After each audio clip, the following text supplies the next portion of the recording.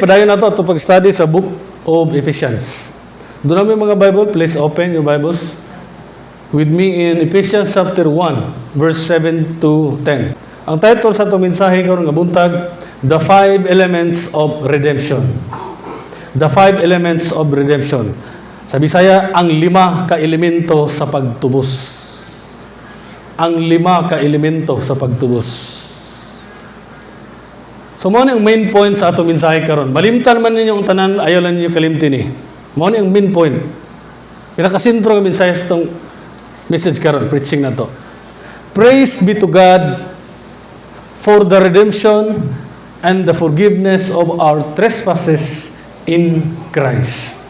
Sa Bisaya pa na, dalaygon ang Dios alang sa katubsanan o sa kapasayloan sa atong kalapasan diha kang Kristo.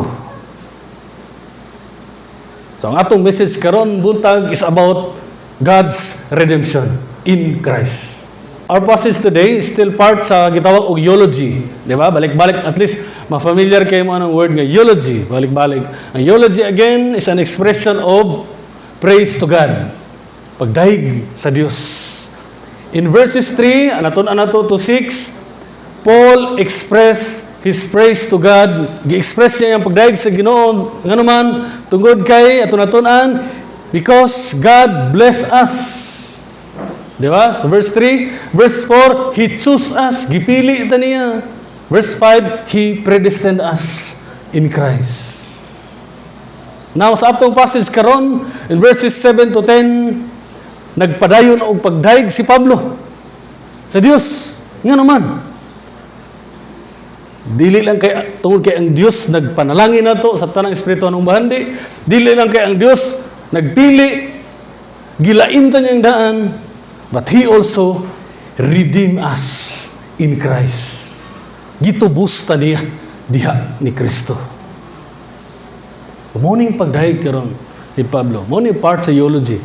Kita po magdaig puta sa Dios tungod niya na. Matod pa sa ka-Puritan, si Thomas Watson, niya na siya, pamina mo. Great was the work of creation. Trabaho daw sa Ginoo sa pagbuhat sa kalibutan, great, but greater the work of redemption. Mas labaw daw ang trabaho sa Dios sa pagluwas, pagtubos kanato.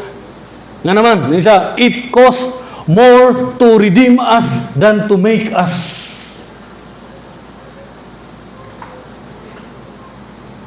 In the one, there was but the speaking of a word. Di ba? Sa pag-create niya sa kalibutan, isulti na siyang pulong sa creation. But in redemption, God shed His blood. Sa creation, gigamit niya the work of His hand. But sa redemption, by the blood of His Son, Jesus Christ. Mao na kaingon si Thomas Watson, great was the work of creation, but greater the work of redemption. Kaya doon na nagpakamatay sa cross. Now, what is redemption? Ang sabta na to. Saan yung redemption? Pagtubos. Redemption means liberation procured by the payment of a ransom. Sa Bisaya pa na, kagawasan nga nakuha pinaagi sa pagbayad sa usa ka lukaton ta. Giunsa man ta paglukat? Jesus died as a ransom to set us free from sin. Ganong kinahanglan tang lukaton tungod kay naulipon kita sa sala. So si Jesus, ang iyang kamatayon, mao ang lukat aron matubos ta gikan sa pagkaulipon sa sala. Jesus paid the price for our release, aron ma-release ta from sin and its punishment. His death was in exchange for our life. Ang iyang kamatayon in exchange sa atong kinabuhi. Siya namatay, kita nabuhi. Mao na ang redemption. Na ang Biblia nag-ingon, that redemption, ang pagtubos, is only possible, posible lang mahitabo through His blood, nothing but the blood of Jesus. Huwag ka na pinagi sa iyang kamatayon. So today, sa atong passage karon, I want to share to you the 5 elements of redemption. Mao ni itong sentro din about redemption. So kanining redemption, dunay 5 ka elemento base ani nga passage. Una, the Redeemer, Jesus Christ. Mao ni unang element. Ang manunubos, si Kristo Jesus. Tanawang verse 7. Ningon siya diha. In Him. Diha kaniya. Kinsa man ang Him diha? Si Kristo. In Christ, we have redemption. Ang Biblia, nagsulti nga duna lamang usa ka manunubos. Ug kana mao si Kristo Jesus. Walilain. Ningon ang Romans 3:23 and 24. Kung makapas mo, update mo sa iyong Bible. Romans 3:23 and 24. Ningon siya, kay ang tanan na nagpakasala ug nahilayo or nawadaan sa himaya sa Dios, ingon nga gipakamatarong sila sa walay bayad. Next line. Tungod sa iyang grasya, pinaagi sa pagtubos nga anaa kang Kristo Jesus. Sa English pala, through the redemption, asa ang redemption? That is in Christ Jesus. Walay laing manunubos. Redemption is only in Christ Jesus. Universally, sa kinatibuk-an, kasagaran sa mga false religions, mga bakak nga mga reliyon, nagatuo sila nga ang paagi aron makabot nimo ang gitawag og redemption o katubsanan o reconciliation, mabalik ka sa Dios. Ang makasasala o ang nakasala mao'y maghimo og paagi. Sa buhaton, pinagi sa mayong buhat. Moral nga aksyon, maayo nga binuhatan. Pinagi sa reliyosong ritual. Pinagi sa pagpaubos sa kaugalingon o pagsakripisyo. So muna ilang pagtulunan. Nga ang nakasala, mao'y mangita o usa ka paagi aron mapaboran siya gikan sa pagdumot sa ilang gituuhan nga Dios nga gamay. Kaya di man tinuod nga Dios. Ang mga Muslim sa Middle East, ang mga serious Muslim sa Middle East, they're convinced sila nga aron ma-reconcile ka balik sa Dios, umalukat ka gikan sa kapungot sa Dios, buhaton nila mupatay sila o gitawag og infidels or non-believer. Kung dili ka mutuo sa Quran, dili ka mutuo ni Allah, patyon ka. O kana nga paagi nituo sila nga pwede ka ma-reconcile ka balik sa Dios ni Allah. Na ang Roman Katoliko, nagtuusab sila, ato na ning isulti itong niaging mga Domingo, nga ang paagi aron matubos ang usa ka tawo gikan sa silot sa Dios tungod sa sala, pinaagi ni Maria. Mao nang gitawag nila si Maria co-redemptrix, co-redeemer. Manunubos daw po.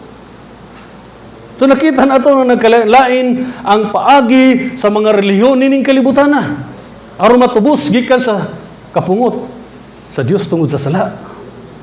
Apan ang pulong sa Dios, paminaw, nag-ingon sa atong passage karon, in Him we have redemption.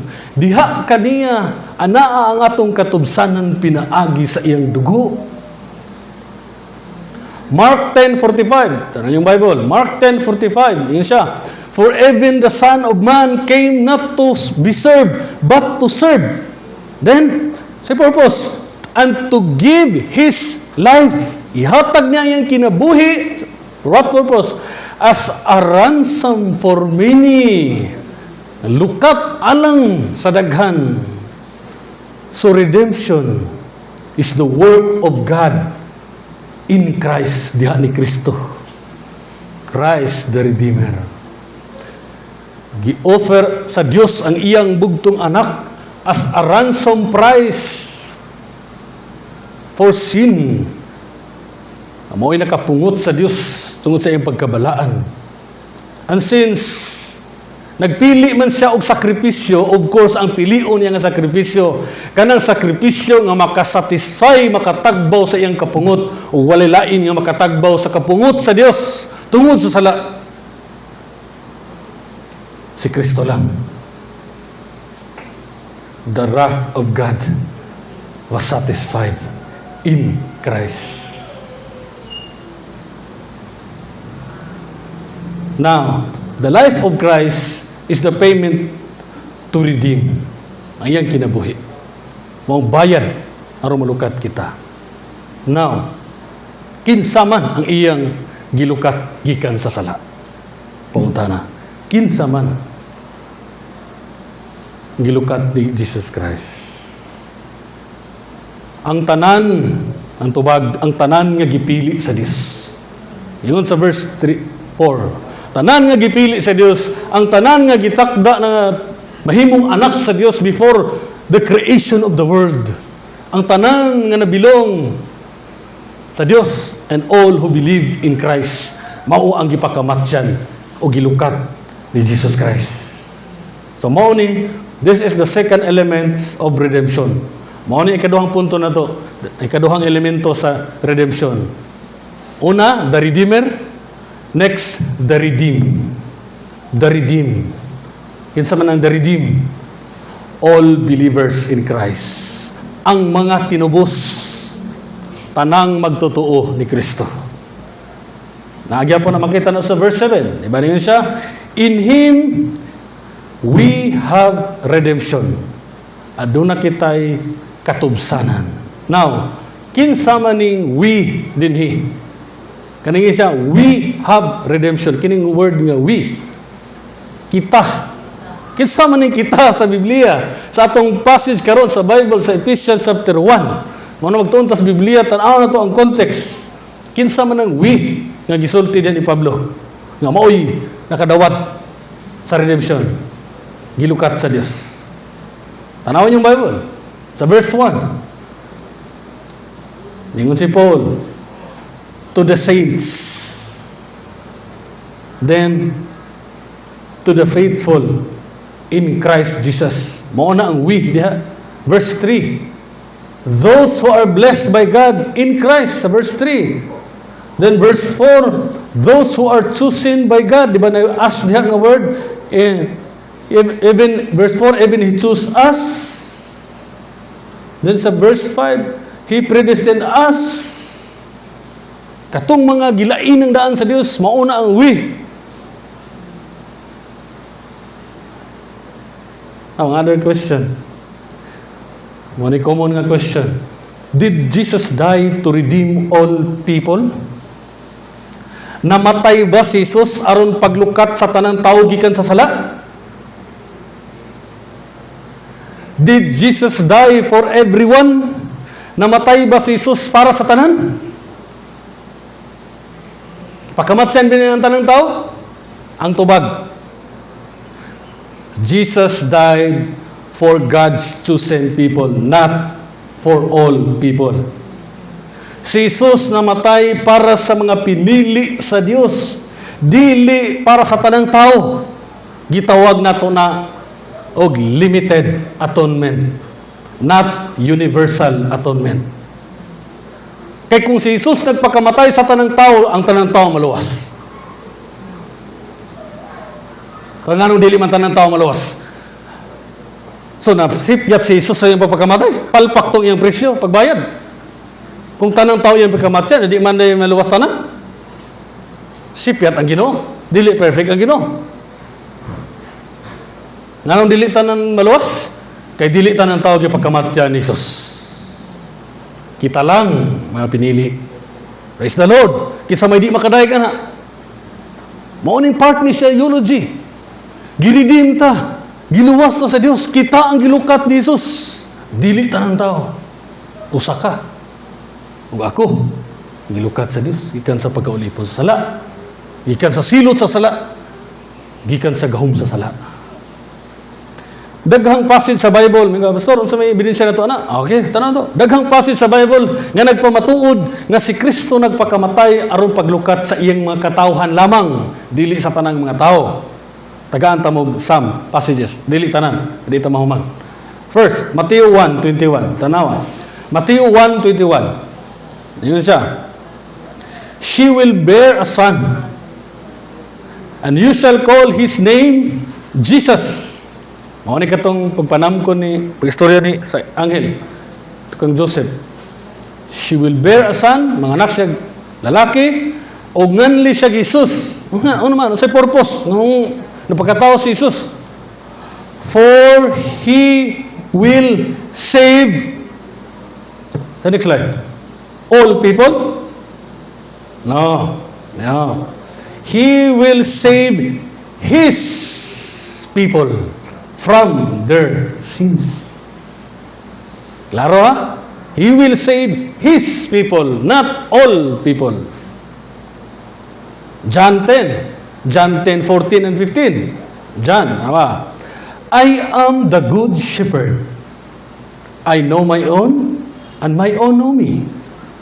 15, just as the Father knows me, and I know the Father.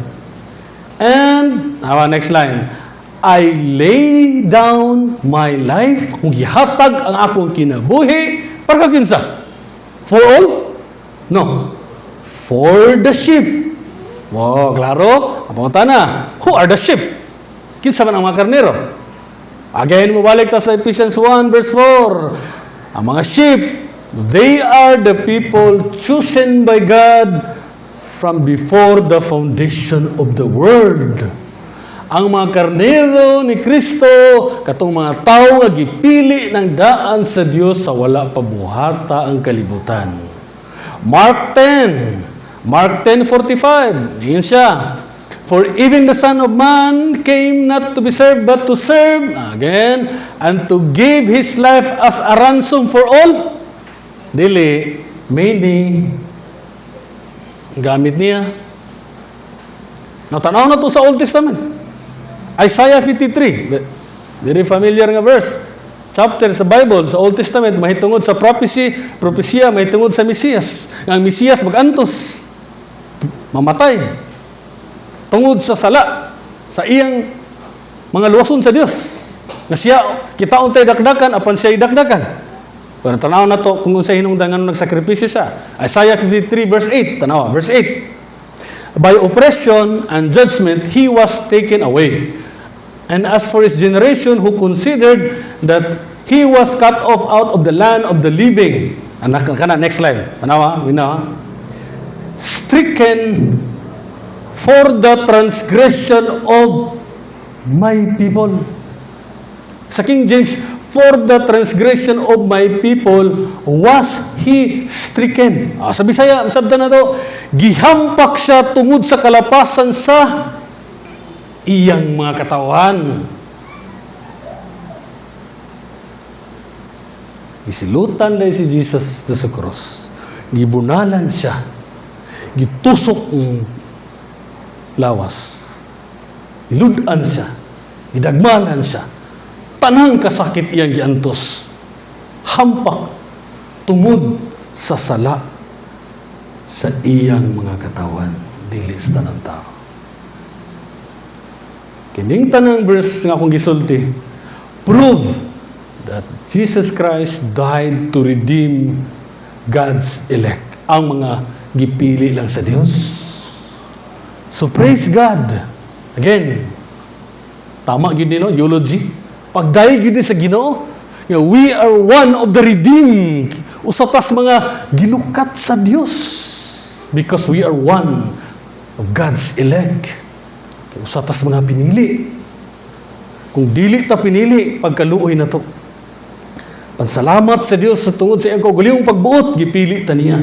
Dili tungod sa atong maayong nahimo, but according to the purpose of His will. Nagingon siya sa verse 5. Kabubud-on niya, napiliun ta. Dili kita ang nipili, kundi siya. Now, the third elements of redemption, ikatulo. Una, the Redeemer. Jesus Christ. Second, the redeemed, all believers. Ikatulo, the redemption price. The redemption price. Unsay price? Unsay presyo sa iyang pagtubos? The blood of Christ. Naay presyo. Naman ay bayad pagtubos. Kung may iglukaton, naging bayad. So the redemption price, the blood of Christ. Sa Bisaya, ang presyo sa pagtubos, ang dugo ni Kristo. Naagya po na sa verse 7, makita na to. Tanawa sa verse 7. Diba niya? In Him we have redemption through, kanang next line, His blood. Pinaagi sa iyang dugo. Gilukat kita sa Diyos, pinaagi sa dugo ni Kristo. The price of redemption is His blood. It cost the blood of the Son of God to buy men back from the slave market of sin. Ang bili, ang dugo sa anak sa Diyos mismo, mao ang gibayad kanato aron lukaton kita gikan sa pagkaulipon sa sala. Ang kaugalingong kamatayon ni Kristo pinaagi sa pag-ula sa iyang dugo, mao ang puli sa atong kamatayon. Kita unta ang silutan dito sa walay katapusang kamatayon, dito sa linaw nga kalayo, eternal death, sa lake of fire. Yung sa Revelation, nga mao'y angayan nato. Ug dili mo'y angayan ni Jesus Christ, kaya wala siya sala.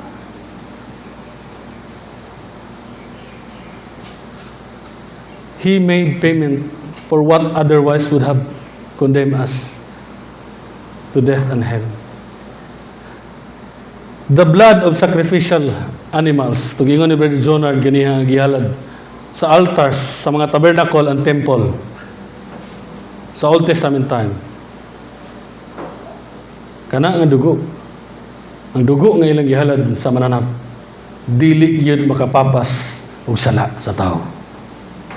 Ningon ang Hebrews 10:4, it is impossible for the blood of bulls and goats to take away sins. So nganong ila man itong gibuhat sa Old Testament? Ang paghalad-halad. Those animals were only, symbolic. Simbolo lang to sa umaabot nga tinuod nga ihalad. Nga mao'y makapapas, makabayad sa atong sala. Mao ang dugo sa karnero, nating karnero sa Diyos. The Lamb of God who takes away the sins of the world. Jesus Christ. Ang pagpaagas sa iyang dugo, nahinluan kita gikan sa atong mga sala. The Savior Himself said that His blood was poured out for many for forgiveness of sins. Matthew 26:28 nagingon, for this is my blood of the covenant, which is poured out for many for the forgiveness of sins. Ang magsusulat sa Book of Hebrews, nagibasa ni Jonard ganiha, ingon sa Hebrews 9:12-14, ingon siya, kausa lang gayud naghalad si Kristo sa labing balaang dapit ug wala na gayud niya kini usba pa. Sa Old Testament sige sila balik-balik paghalad. Kada adlaw halad sila kay para apis sila.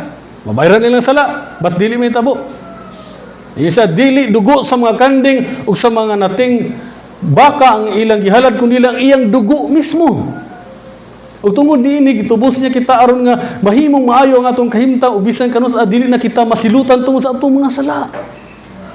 Verse 13, sumala sa kasuguan kun ang tao mahugawan tungod kay miduol siya sa patay nga tao, kinahanglan wisikan siya dugo sa kandi ug sa turong baka ug sa abo sa sinunog nga nating baka or mahinluan siya sa iyang paghugaw. Verse 14, karon kun kana gani makahinlo, mas labi pagayud nga makahinlo ang dugo ni Kristo.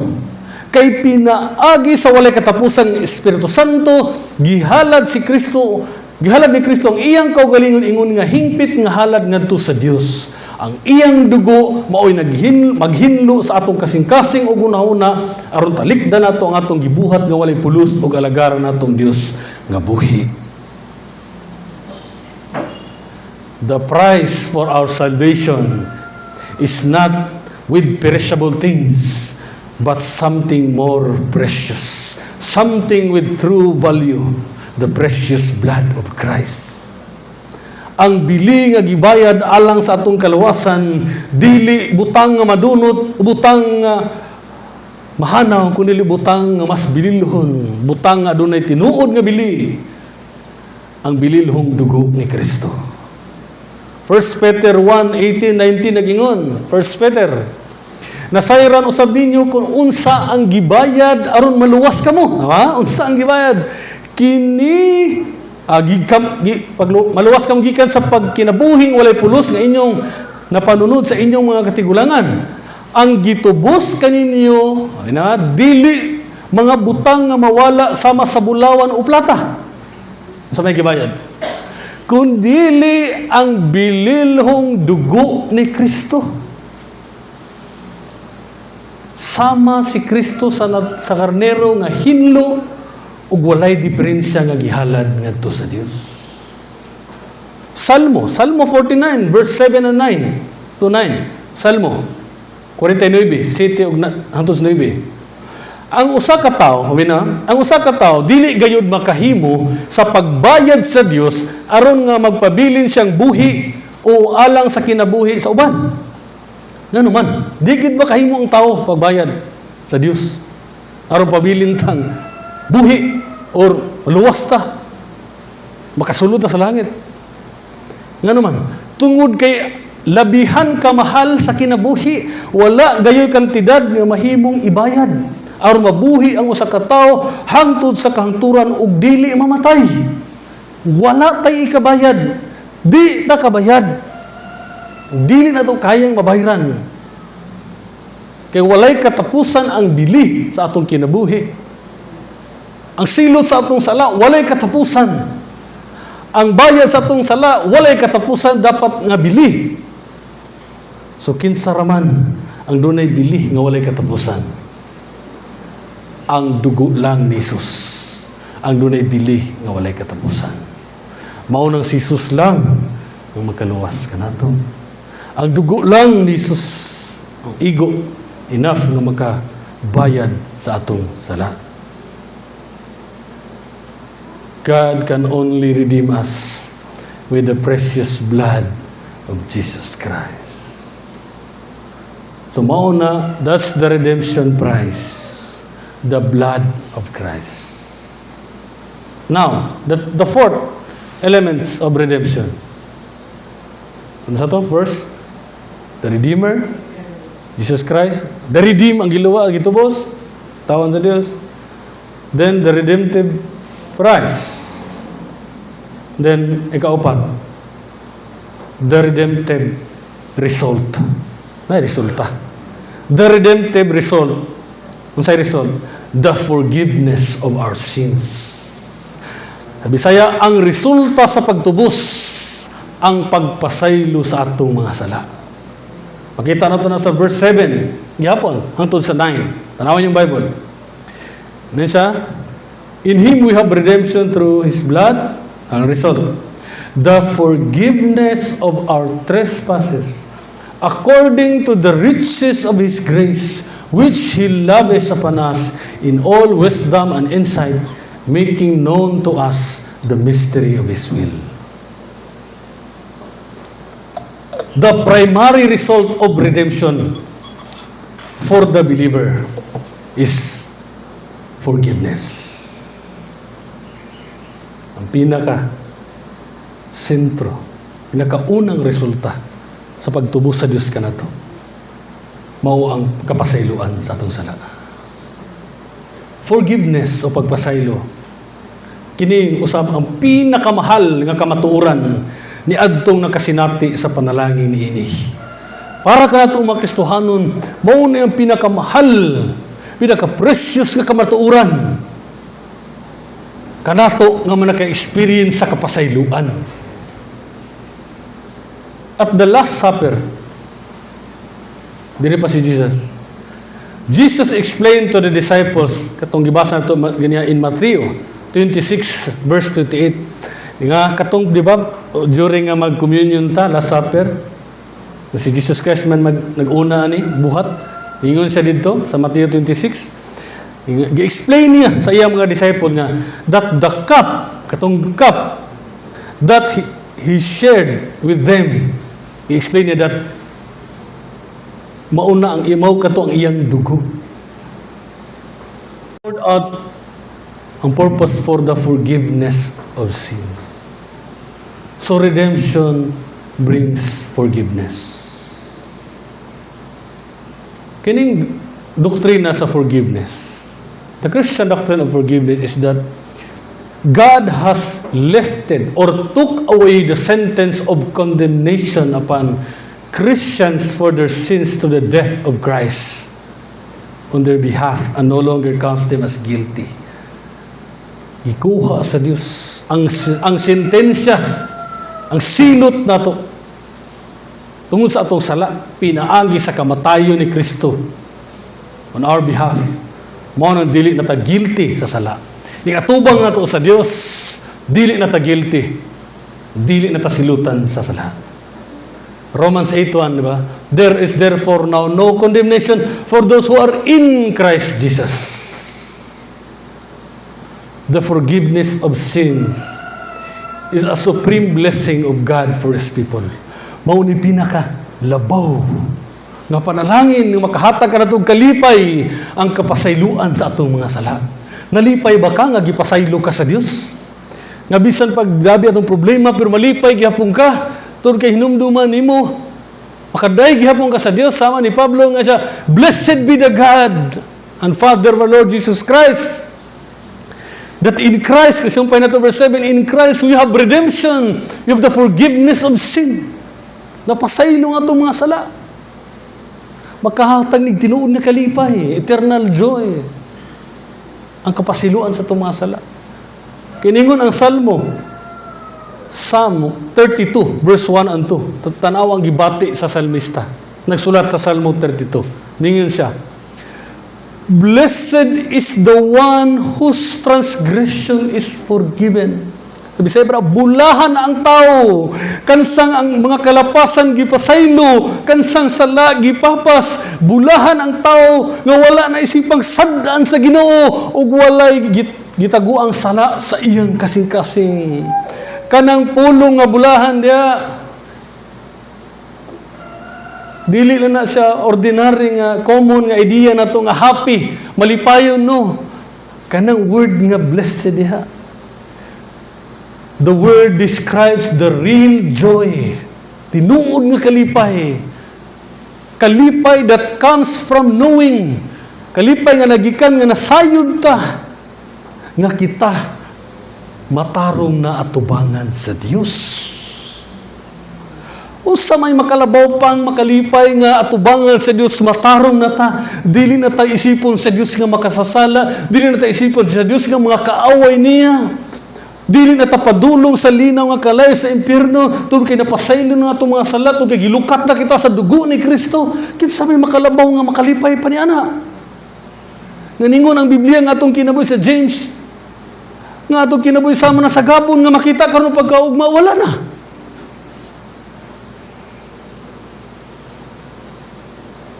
Mao bitaw magingon sa Luke chapter 12 katong dato nga nagtigom sa maayog bahandi, gamay na yang kamalig di na masulod, maghimo kog dahong kamalig, magtigom ko kay para magbahayahay na lang ko kaon, inom, pabusog, iyon ang Ginoo, buang. Imong kinabuhi kaon na nako karong gabi.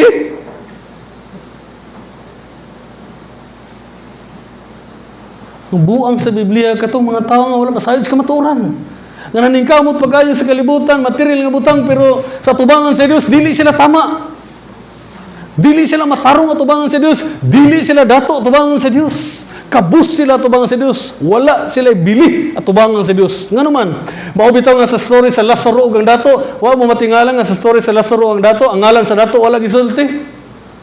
Ngano man, Wala na pulos.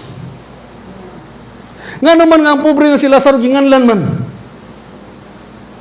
Kaya ang tanan nga malangit, ang atong ngalan gilista na dito sa libros kinabuhi.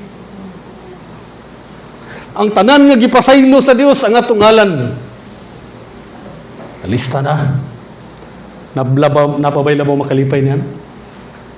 Gani gingnan ni Jesus ang iyang mga disipulo katong gipalakaw sila, gipanglakaw mo. Tagaan sila og otoridad nga maka-rebuke, makapagawas og mga demon possessed. Karon na-amaze sila nga grabe lang kalipay kay pati mga demonyo nituo sa ilaha pag uli nila Ginoo. Grabe mga demonyo ba nituo sa moa? Ni sabit sa moa. Ni yung Jesus oh. Ayaw mo kalipay tungod niya na. Hinon paglipay mo. Kay inyong ngalan na lista sa langit. Kung doon ay pinaka-importante nga linya sa Biblia kana ang imong ngalan na lista sa libros kinabuhi. Tungod mo na'y resulta sa pag-ula sa dugo ni Kristo dito sa cross. The redemption result, forgiveness of our sins. The forgiveness in Jesus Christ is undeserved. Dili ta nga yan. Untaani. But it is free and it is complete. Kompleto kini. Our forgiveness is eternal because the value of Christ's blood is eternal. Mao nang dili na gyud ta maimpyerno. Dili tinuod ng pagtulunaan nga atong kaluwasan mawala. So kung mawala ang atong kaluwasan, so ang bili sa gibay ni Kristo nawala po to.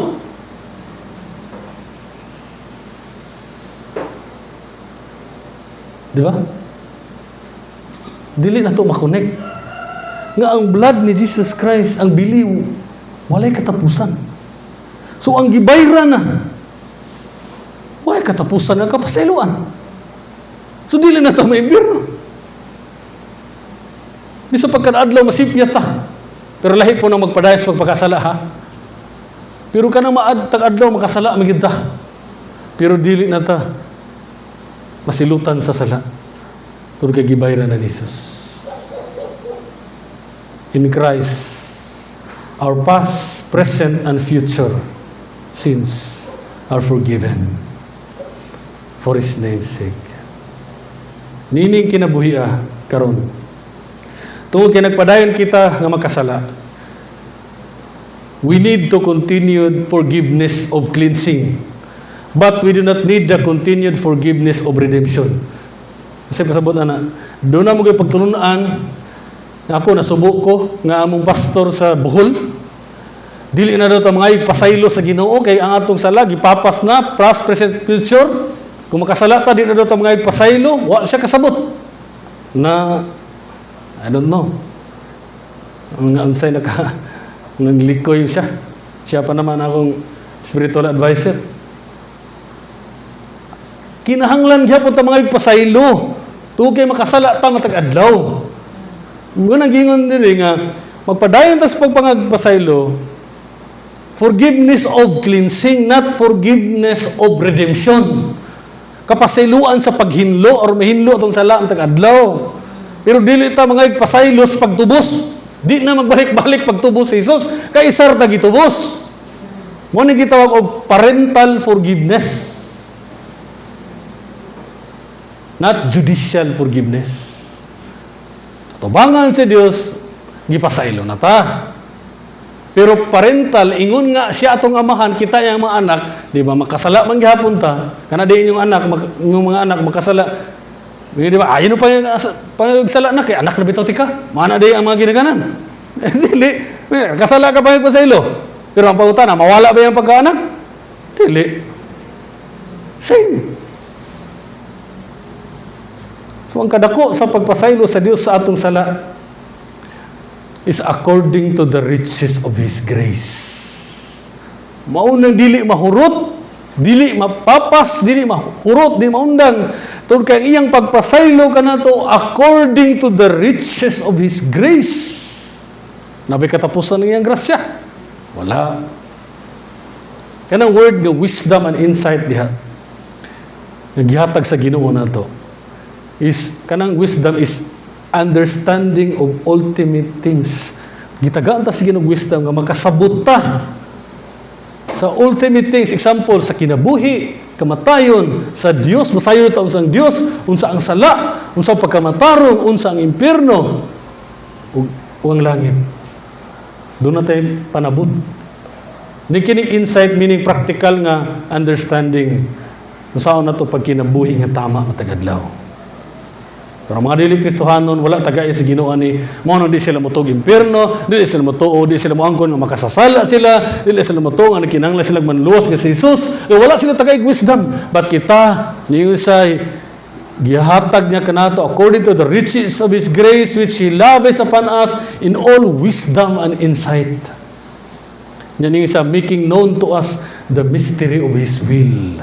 Mao nang makasabot na ta, so gitagaan ta sa Dios og wisdom and insight. Masayod na tas kamatuuran, makasabot na ta, mituon na tas kamatuuran. The forgiveness of our sins, again, is a supreme blessing of God for us. Nga mao nga bisan taliwala sa pisikal nga kalisdanan. Kung ikaw karon na dinhi, kung tinuod ka nga giluwas sa Dios, kung tinuod na experience nimo kapasiluan sa sala, og nagantos karos kasakitan, kalisod sa kinabuhi, kapait, material nga problema, kwarta, kalisod kas kwarta, guol kag maayo, nakisakit, unsa man ang hinungdan sa imong kasakit. Bisan pa ni ana, luyo ni ana, sa itong pagpuyo ng kalibutan ng mga kasakit, kalisdanan. We can truly feel blessed by God gihapon.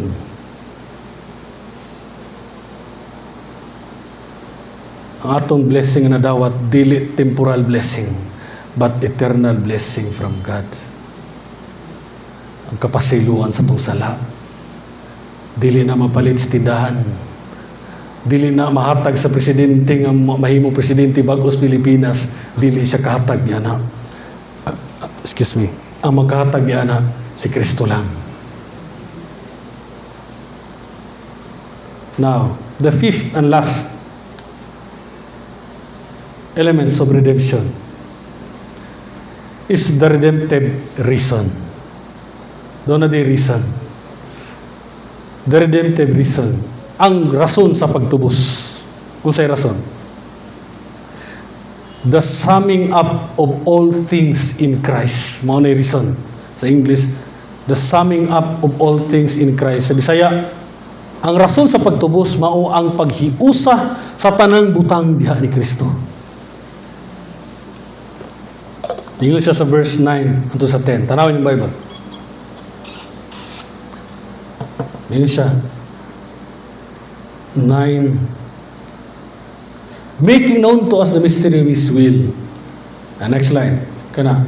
According to His purpose, which He set forth in Christ, as a plan for the fullness of time. Nera, ang purpose niya. Next line. To unite all things in heaven, things in heaven and things on earth. Hiusaon day sa Ginoo ang tanan, butang. Diha ni Kristo. Why has God done so much for us? Nganong grabe man ang gibuhat sa Dios kanato. Ngano man nga He chose us. He chose nga piliun ta niya before the foundation of the world. Gipredestined ta niya nga mahimong iyang mga anak. Giredeem ta niya through His blood to the blood of His Son Jesus Christ. Nganong iya ka nang gibuhat? Ang tubag karon mao ni. Ngano din ang gibuhat ni sa Dios. Nga gipanalanginan ta niya spiritually. Gipili ta niya, gilain ta niya nga mahimong iyang anak, gipasaylo ta niya itong mga sala. Ang ultimate reason. Aron hiusahon sa Dios ang tanang butang diha ni Kristo. Ano saan ni may tabo, mga igsoon? May tabo ni sa gitawag og the millennial kingdom. Kano saan ning millennial kingdom? May tabo ni nga inigbalik ni Kristo. Maghari isa dinhi sa usa ka libo ka tuig. Paghuman ni ana, Magpuyo na ta sa bagong langit o bagong yuta. So, mao ni akong gituuhan. Atong gituuhan, ako personally. Una, eschatology, may tabo sa umaabot ng panahon. Mubalik si Jesus. Kuhaon na yung mga katawhan. Pag humagkuha niya, rapture ang tawag na. Kuhaon ta niya. Pag maabot ang tribulation, 7 years. Mano maabot si Antichrist. Mano ayaw mo kadlog ni Antichrist. Kaya dili ta kaabot niya. Kuhaon ta. Pag abot ni Antichrist, after 7 years, mubalik si Jesus. Pagkabalik ni Jesus Christ, silutan niya mga tao, mga dili niya mga katawhan. O maghari siya, di ba tuwan na sa langit? Munaog takuyog niya. Munaog takuyog niya. O diha maghari siya sa 1,000 ka tuig. Hiusahon niya ang tanan. Hudiyo o hintil, wala na ipagkabahin-bahin. Isa na tadihan ni Kristo. Di ba't pasabot nga ang tanan maluwas gihapon ha? Ba't pasabot ang time, wala na isala. Universal peace will be established. Perfect na kalinaw. Perfect na kalipay. Kaya maghari si Jesus na. Wala na isala. At the present time, karong present time na to, kining universe na itong gipuyan, kining kalibutan itong gipuyan is corrupted, divided, na divide. Si Satan is now the ruler of this world. Si Satan ang ruler ng kalibutan na karon sa pagkakaroon. He and his demon angels, pag-abot sa panahon, sa paghari ni Jesus, ngayon sa hiusahon niya ang tanan, di ba mo ni-purpose niya? Hiusahon niya ang tanan, pag naog niya, si Satanas, mga demonyo, ilabay niya gito sa temporary gitawag og abyss. Prisuhon pa niya sa 1,000 ka tuig. Pag human sa abyss, after sa 1,000 years, pagawsong si Satanas, pati mga demonyo, padulong pa lang sila mo attempt og atake sa mga katawan sa Dios, mo strike na kanila. Silutan na sila sa Ginoo. Umo na may tabo sa Revelation chapter 20, the final judgment, gitawag na Great White Throne Judgment, na si Satanas, ang Antichrist, ang false prophet, mga demons, tanang mga unbeliever, will be thrown into the lake of fire. Apan kita, pag-abot sa chapter 21 sa Revelation, behold, the new heavens and the new earth, magpuyo ta, maghiusa na tantanan dito. Balik Kristo. Maunay purpose sa Dios. Maunang katotong magkaisunan nga nangamatay na itong pastor, si Pastor Jerry nga namatay na, maghiusa tagbalik dito sa langit niya, pohon.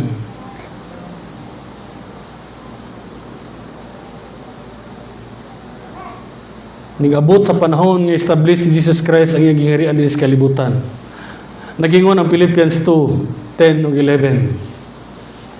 So that at the name of Jesus, kana nga panahon, every knee should bow in heaven and on earth and under the earth, and every tongue confess that Jesus Christ is Lord, to the glory of God the Father.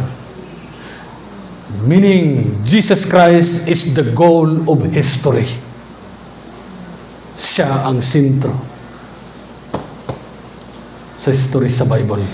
Jesus Christ. The paradise lost in Adam. Paraiso, na naguba tungod ni Adan, inigbalik ni Christ. I-restore to.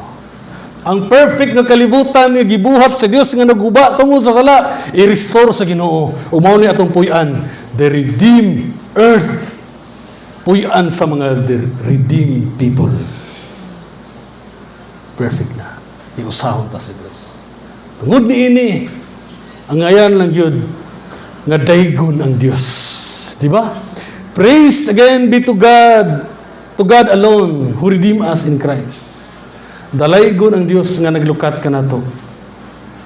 Diha kang Kristo. Mao na ang 5 ka elemento sa redemption, sa paglukat.